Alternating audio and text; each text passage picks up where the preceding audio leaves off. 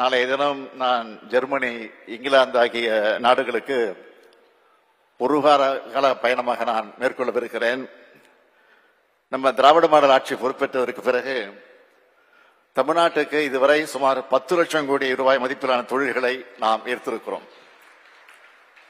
இதுக்கான என்னுடைய வெளிநாட்டு பயணங்களின் போது முதலீட்டாளர்களும் தொழில் நிறுவனங்களும் தமிழ்நாட்டில் முதலீடு செய்ய மனப்பூர்வமாக ஆர்வம் காட்டுவதை நான் பார்த்து கொண்டிருக்கிறேன். இப்போ இந்த பயணத்தில் என்ன திட்டமிட்டிருக்கோம்னா, அதை பற்றி நாளைய தினம் நான் விமானத்தில் ஏறி புறப்படுவதற்கு முன்பு நிச்சயமாக பத்திரிகையாளரை சந்தித்து அந்த விவரங்களை தான் சொல்ல போகிறேன். ஆனால் அதற்கு முன்னாடி நடைபெறக்கூடிய இந்த திருமண விழாவில் ஒரு முக்கியமான நிகழ்வை அறிவிக்க விரும்புகிறேன்.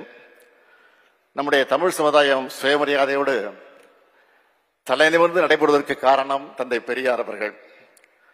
அதனால்தான் தந்தை பெரியாரை பற்றி எழுதின பாவேந்தர் பாரதிதாசன் அவர்கள் சொன்னார்கள், தொண்டு செய்து பழுத்த பழம், தூயதாடி மார்பில் விழும், மண்டை சுரப்பை உலகு தொழும், மனகுவையில் சிறுத்தை எழும்னு எழுதினார்.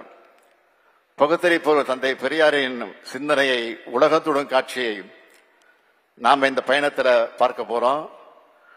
உலகின் மிகப்பெரிய அறிஞர்களை தந்திருக்கக்கூடிய புகழ்மிக்க அறிவுசார் நிறுவனமாக போற்றப்படும் ஆக்ஸ்போர்ட் பல்கலைக்கழகத்தில்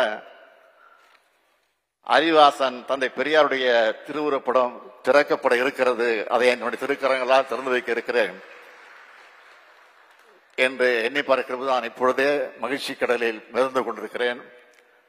தந்தை பெரியார் தமிழ்நாட்டில் பிறந்து தமிழில் பேசி எழுதியிருந்தாலும் அவருடைய சிந்தனைகள் இந்த உலகத்துக்கானது என்று அனைவருக்கும் பொதுவானது. அவர் வலியுறுத்தின சுயமரியாதை, பகுத்தறிவு, பெண் விடுதலை, ஏற்றத்தாழ்வு, தன்னம்பிக்கை, அனைவரும் சமம் ஆகிய கருத்துக்களுக்கு எல்லைகள் கிடையாது. இவை உலக மக்கள் அனைவரும் பொதுவான வகையில் ஏற்றுக்கொண்டிருக்கிறார்கள். அப்படிப்பட்ட அறிவு மேதை உலகளவில் அடையாளம் காணப்பட்டு அங்கீகரிக்கப்படுவது நம்முடைய தமிழ்நாட்டுக்கு பெருமை. அதுக்கு முன்னாடி இளங்கோ இல்லத்தில் நடைபெறக்கூடிய திருமணத்தை நடத்தி வச்சுட்டு தான் அந்த பயணத்தை நான் மேற்கொள்ளவிருக்கிறேன் என்பதையும் இங்கே நான் சுட்டிக்காட்டி, இந்த நேரத்தில் நான் மணமக்களை அன்போடு கேட்டுக்கொள்ள விரும்புவது, உங்களுக்கு பிறக்கக்கூடிய குழந்தைகள் அது ஆணாக இருந்தாலும் பெண்ணாக இருந்தாலும் அழகான தமிழ் பெயர்களை சூட்டுங்கள் என்று என்னோட அன்பான வேண்டுகோளை வைத்து,